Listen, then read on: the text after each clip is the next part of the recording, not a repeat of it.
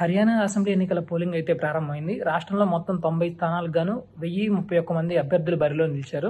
మొత్తం ఉదయం 7 గంటల నుంచి సాయంత్రం 6 గంటల వరకు పోలింగ్ సాగనుంది. మొత్తం 20,632 మంది పోలింగ్ కేంద్రాల్లో 2 కోట్ల మంది పైగా ఓటర్లు తమ ఓటు హక్కును వినియోగించుకున్నారు.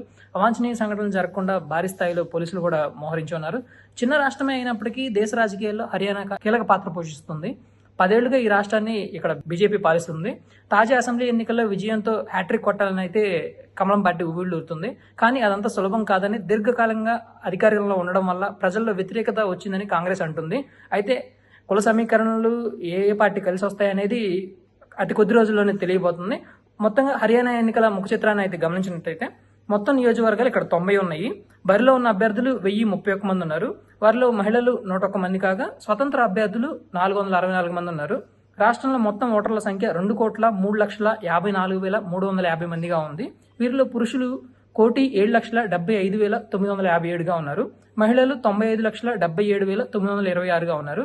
ట్రాన్స్జెండర్ల విషయానికి వచ్చేసరికి 467 మంది ఉన్నారు. మొత్తం పోలింగ్ కేంద్రాలు 20,632 ఉన్నాయి.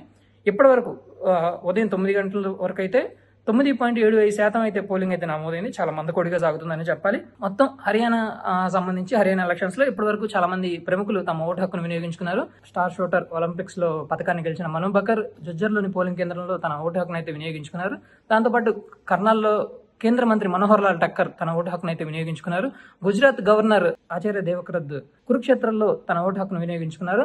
భారత సంపన్న మహిళల్లో ఒకరైన స్వతంత్ర అభ్యర్థి సావిత్రి జిందాల్ హిస్సార్లో తమ ఓటు హక్కును అయితే వినియోగించుకున్నారు. ఇది ఇప్పటివరకు అయితే హర్యానా ఎలక్షన్స్ గురించి ఉన్న అప్డేట్స్. ఫర్దర్ అప్డేట్స్ కోసం మళ్ళీ మీ ముందుకు వస్తాం.